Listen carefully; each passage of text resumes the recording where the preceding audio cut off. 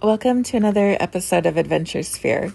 Today I'll be covering Peggy Byars Baisden, missing from Eaton Park, Florida.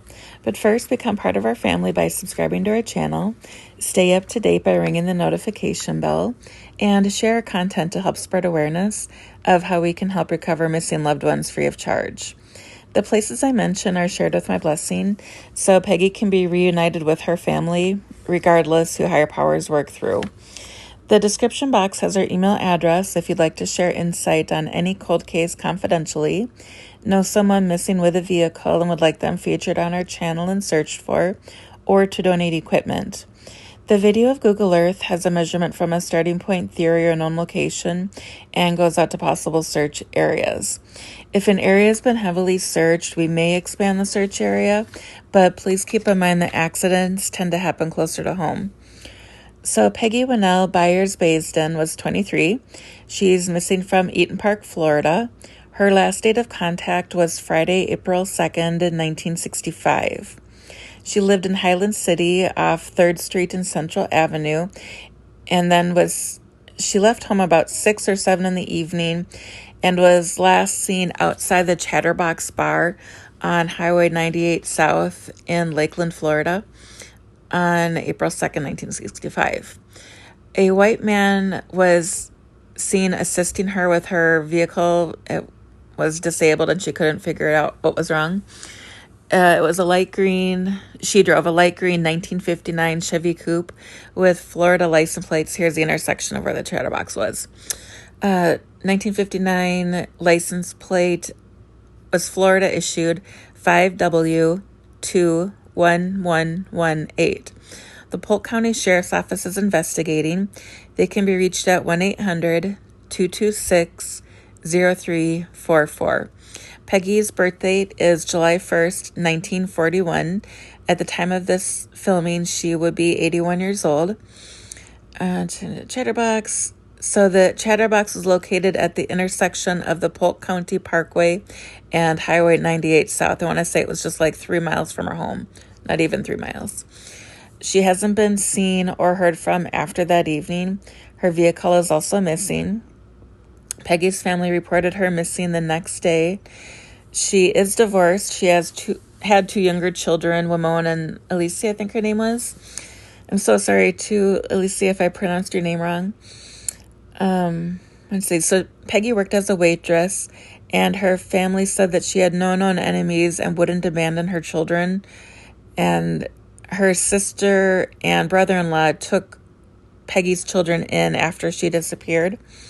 Some theorize that Peggy's disappearance is related to that of Mary Margaret Cook, who vanished from Highland City in 1970 and was never found. Mary's car was recovered. Both Peggy and Mary were mothers of 2 young children. They were both in their 20s. They resided in the same street, just a couple of blocks from each other. I want to say they both had brown hair and blue eyes. One of them might have had blonde hair, but they both had blue eyes. They both drove cars that were manufactured in 1959. This is probably a quiet town back in the 60s. The 2 cars probably had some connection that both the women missing, maybe. I don't know. But there was some people were talking that Mary Margaret Cook's spouse had something to do with her disappearance, whereas Peggy's was, they didn't know who the man was, so it's different mode of operation. Yeah. So Peggy was in a serious car accident when she was younger. She broke a finger, her collarbone, her back, her right ankle, and her jaw. I would be very curious as to where Peggy worked when she disappeared. What was the relationship like with her ex-husband and with the custody issues? Were they good to go? Unsure. I'm also curious as to where the closest sinkholes to Eaton Park was in 1965. And I think there is a mine not too far from the area that we could look into, a phosphate mine. So Peggy's children, her son was 2.5 or so, and the daughter was a year older. Let me see here. Sorry, I'm just trying to make sure I get my notes all in order. Her case was moved from a missing persons case to being a homicide investigation. I believe it opens up more funds, so there's more room to try to find Peggy that way.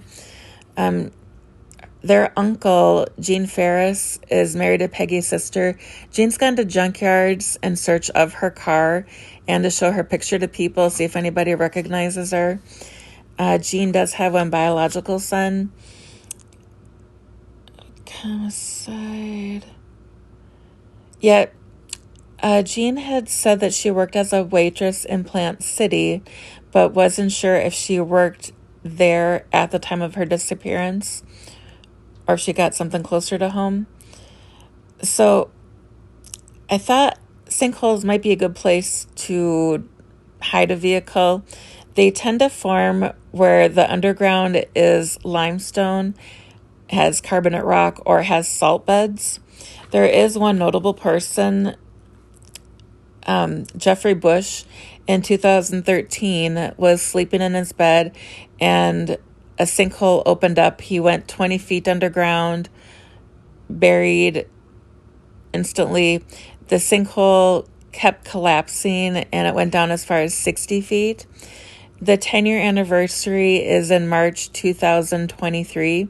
The home was demolished that he lived in. The homes on either side were also condemned, torn out. The same sinkhole, it was in Seffner, Florida, reopened just 2 years later and illustrates why Jeffrey's body was unfortunately never able to be recovered. So I wondered, if there's a sinkhole in the area in 1965, if she might be in that sinkhole. We need to use ground penetrating radar, I believe, to get her vehicle to populate. The areas otherwise I would like to search would be Banana Lake, Holloway Park, Lake Hancock is the biggest water body, Lake Parker, Bonnie Lake, Lake Hollingsworth, Lake Morton, Lake Muir, Lake Hunter, Lake Beulah, Lake Polk, Lake Stahl, and Meridian Lake. If you'd like to help Peggy's children, sister, and brother-in-law find their long-lost mom and sibling, please subscribe, give the video a thumbs up, and ring the notification bell to receive progress reports. If you have a few cents for a cup of coffee or two, please consider donating through one of the description links, or one of the links in the description box. It'll go toward sonar equipment and other necessities to bring Peggy and other missing loved ones home.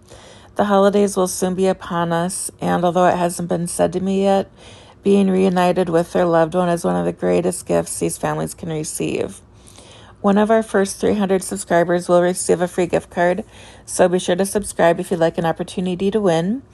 Immediate donation links are in the description. Kickstarter and GoFundMe campaigns are coming soon. The video will play so you can see the entire search area. There's only about a minute left. If you see something I missed, please let me know in the comment section below. Thanks for watching. Stay safe and remember that we love you.